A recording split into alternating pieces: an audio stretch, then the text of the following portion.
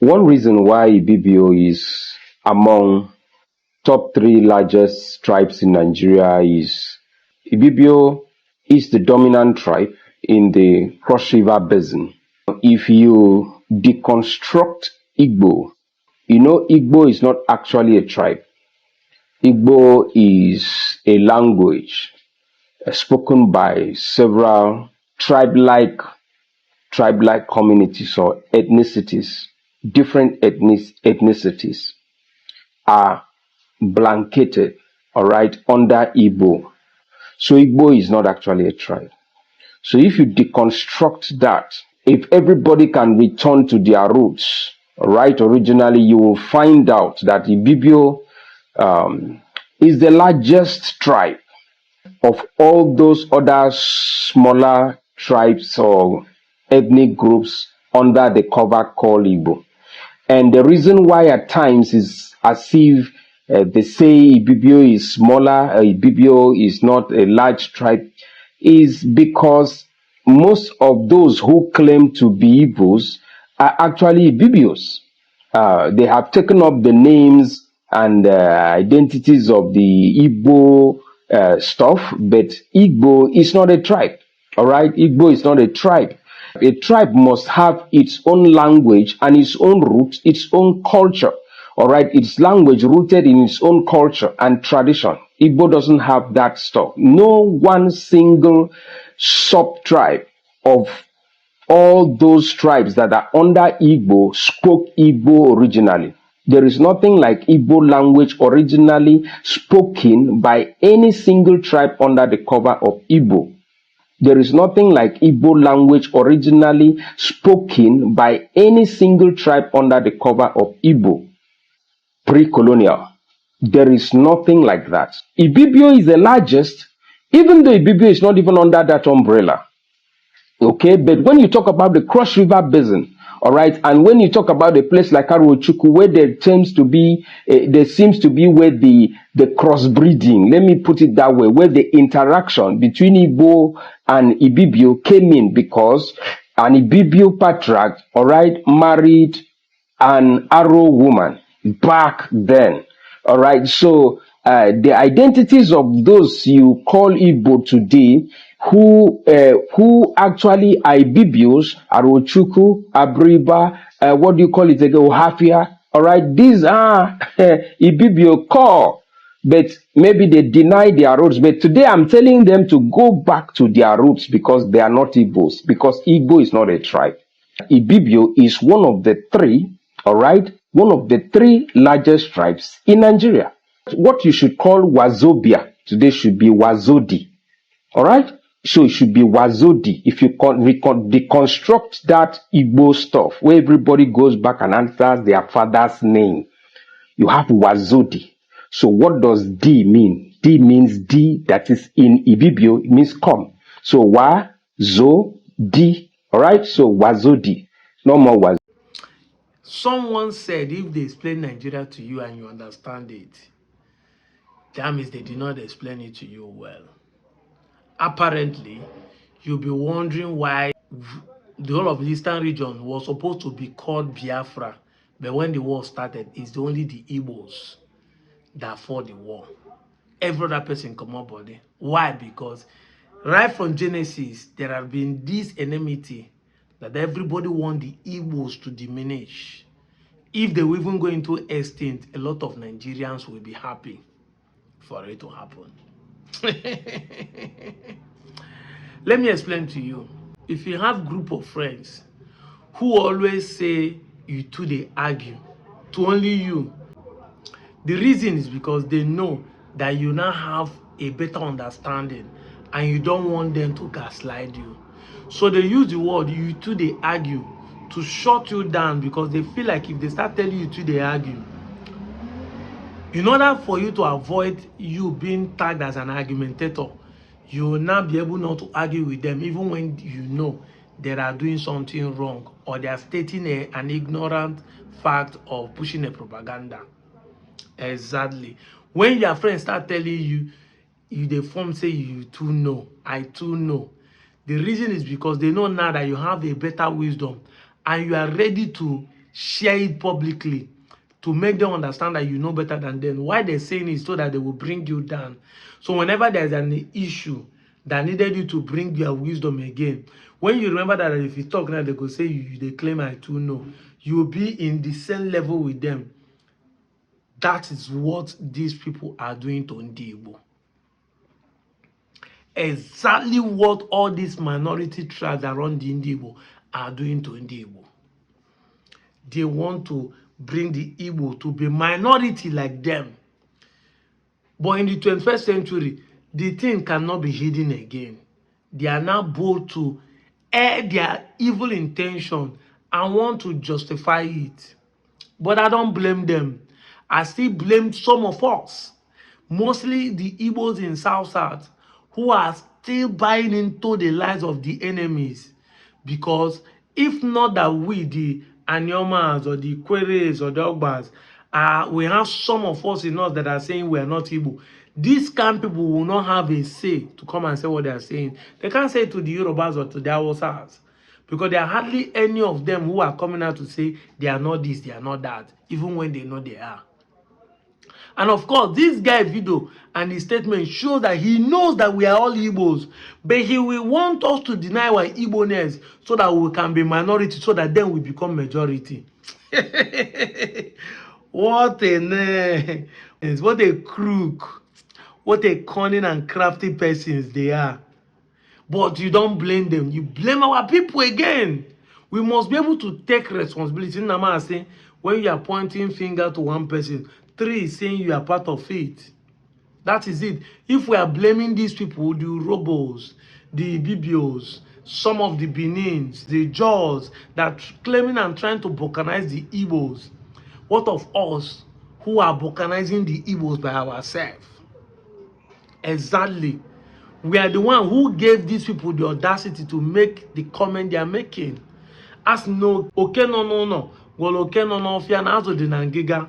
It is us, by our statement, by our action, by our attitude, that is giving these people the audacity, the impetus to alter this gibberish on our face. It is us. There's no way these people have audacity to talk, because we gave them the room. We opened the door for them. Imagine an Okwane man saying, I don't want a Nyama state because I don't want to be called an Igbo man, because I'm not an Igbo man. We are not the same. We are similar.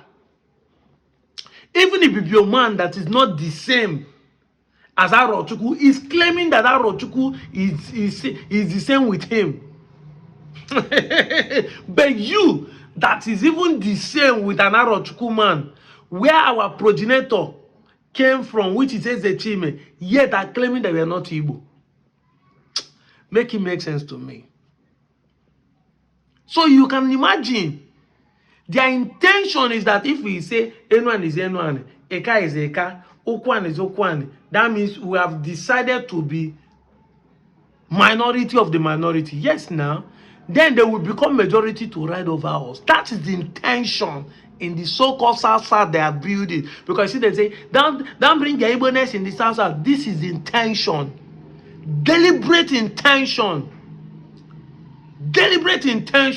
to diminish you. Because in the question of politics, majority will have a way, minority will have a say. So imagine a car with 2 local governments in Anyoma today. If the car people decide to produce a governor and we all decide to play, we are not the same. Eka is Eka, N1 is N1, Okwan is Okwan. Yes, we decide to say we are not the same. Then N1 will present your own, Okwan will present your own, Isoko will present your own, Urobo will present your own. In our state, Urobo people will have more votes because now they have more local government. We only make him mad because in our own way we have been able to join ourselves with Okwane and the car to be one, make it in that local government. But if we go with the way these people are clapping for you on the comment section when you say those things, today car cannot produce anymore because you become minority of the minority. 2 local governments cannot cast a vote that will make every other person win them. The person that will win from Eka must be exceptional, accepted widely for him to win an election. But if they go by the ethnic number, with the way Nigerian politics are played by sentiment and tribal, no Ika man will be a governor. I said it time without number. No Kwani man will be a governor. It's not possible. Because what is your number? How many are you? You only 3 local government in Kwani constituency. Even we don't know are more in number. But we have that. But when we come together, join with our Southeastern brother, we will become not just a majority in Delta, we will become a majority in Nigerian stake. But these people are clapping for you. Whenever you come and say, I am not Igbo, they are clapping for you, hailing you. If they say they are not Igbo, leave them now. Why are you forcing them to be Igbo? But they are forcing you to deny your own identity. Because for us, we say this thing. We say it, you say we are forcing you. When he say this thing, you don't know he's forcing you to deny who you are too. So there's a tussle. They are dragging you to dismantle you. They want to diminish you so that you become minority. They want you to accept who you are, which is true. Ika is Ika. Ukwan is Ukwan. Enuan is Enuan. That is true. The fact that we are saying we're all Igbo doesn't mean that I'm not an Enuan boy. Doesn't mean I'm not an Ezechime son. Doesn't mean I'm not an Onchubo person. Doesn't mean I forget my Anyocha not local government. You must understand it that me accepting the Igbo does not remove my tongue and dialect. Onubeni kamaso. They can now say, agwa kan nagwa. Abuna mama wike swa, man onubeni kamaso. So the fact that I accept my Igbo does not remove my Enuaniness. I still remain an Enuani son. Onubeni kamaso. Onye mbosi mmepu na efu kamaso ofe abuna onu Nchubo. Onye ọbụla mali nọ Nchugbo, onye ọbụla mara Nchugbo ma nọ Nchugbo ka masụ, nke ni mekwu ekita Nchugbo ka masụ. But they would gaslight you to believe that what Igbos are trying to do is to make sure that your language does not exist, your culture does not exist. Onye mbosi fo onye Nchugbo na yisi agụ na abụna akwa ọcha. Ilu South East now, everybody has different kind of clothes they wear. Now he's trying to point accusing finger to the British government. That the British government are the one who brought Igbo back, brought Igbo together. What an audacity to lie upon the people. Because some of you don't know, the first people that came to West African coast when Cameroon and Nigeria were together, in fact, when there was no Nigeria, the first people that came was the Germans. Exactly. I know that many of you don't know. The Germans were the first explorer to reach this our region, followed by the Portuguese. And the Portuguese deal with us for more than 300 years during the slave trade era. The British only came when the slave trade was abolished. So before then, when the Arochukwu confraternity were in charge of slave trade, who are they? Are they Ibibios? Are they Ibibios? We know there's a war between the Ibibios and the Aros. Why are they fighting war if they are the same? It's just like what we are telling the Eka people who are claiming they came from Benin. Why was one of the Obi of Abo head beheaded by the Oba of Benin? If they are the same. You heard the Hamid or Homina, that man from Onitsholana claiming that they fought a war in Onitsholana and the Oba Benin went back and returned back to it. Why is Benin fighting a war in their own land? Why? Why fighting a war if we are the same? If we are the same, have you heard anywhere they say Benin, Igbo people are fighting war to claim another person's territory? Why do you do that? Because they are the same. If there should be a war, it should be a land matter that my boundary pass here, not pass here. But not because say this village believes say these people not be our people. We need to capture them and make them become our own. It has never happened in Igbo history. But there's a war between Ibibo and Arochukwu. Why are they fighting if they are the same people? So British that came to Nigeria for exploitation to take our palm oil, That was the first reason why British came to Nigeria. And when they came, we, the Anyomans, waged them war for 31 years. So that British that we waged war, the war that lasted for 31 years, Aye Kumeku. Aye Kumeku that lasted for 31 years. We now leave what they're supposed to do and start thinking of teaching or bringing people together to be calling them Igbos, to be teaching them the language. Because that's what they are instigating. That no Igbo language was existing. Everybody was speaking their own. Yes, everybody was speaking their own dialect. Even up to today, we are still speaking our dialect. We are still speaking our dialect. I see somebody in the comment section of the video saying that it's because that Igbo language was taught. Igbo language was taught. That is why everybody is speaking Igbo. I hear you. So in the eastern region, they teach Ibibo people too, the Igbos. Why didn't they hear the Igbo? In the eastern region, they teach the Jaws, the Igbo too. Why are they not speaking Igbo in the Jaw, in the Calabari? Exactly.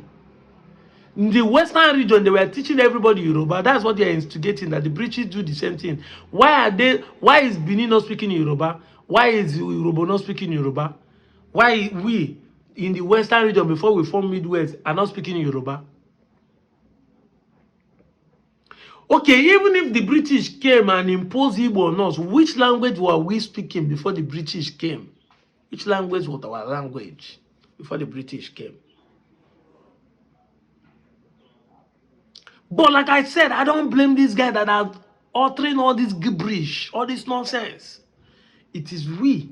We have to take responsibility for our irresponsible actions.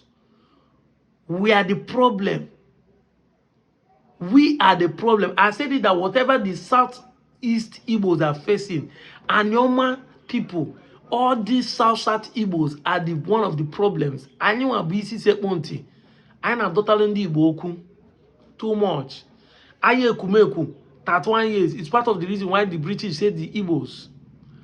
The Biafran War caused by a coup that was led by Chukwumanzogo from Okpanan was the reason why the Igbos lost 3 million of their people and 2 million displaced, went to exile, 5 million at the end of the day, and 7 million are total that left the Southeast in 3 years. It's caused by us, initiated by us, the Anyama people. The same thing with this identity crisis. When you hear people vulcanizing the Southeastern Igbo, the Jaws are claiming some places in Igboma, these people are claiming some places that are making all these utterances. Because people like us give them the room. You speak Igbo, Igbo dialect, bear Igbo culture. Come and say you are not Igbo. Why won't they be able to have the audacity to say it? Didn't you hear him?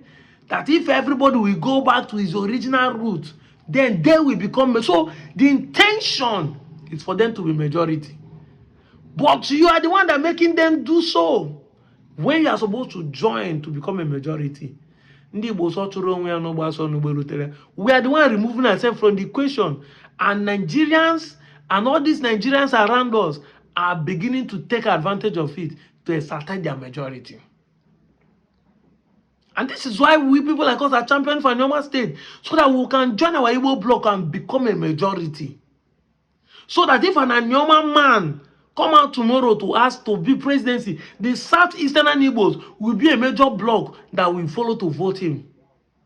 Yes, over 70 million Igbos around the whole Nigeria will follow to vote him. Of course, if we do a better campaign, we can align with the North or align with the West. But with any Anyoma man today come out to fight for presidency and be able to win it, it's not possible. Because first, you people are saying you are not Igbo. So with the Southeastern people vote you because you're Igbo. When Jonathan came out from Bayelsa, see how the Southeast supported him fully. Imagine now you say you're Igbo and our brother wants to be the president of this country. Why not? But none of us are talking about it because we never even know ourselves. Talk less of going for better. But others are fighting to become a majority so that they can decide both in the politics and in the formula sharing, because population determines how money will come to you. You're dividing yourself. By safe hate. I've stressed on this topic more and more. I'm out of here, Joe.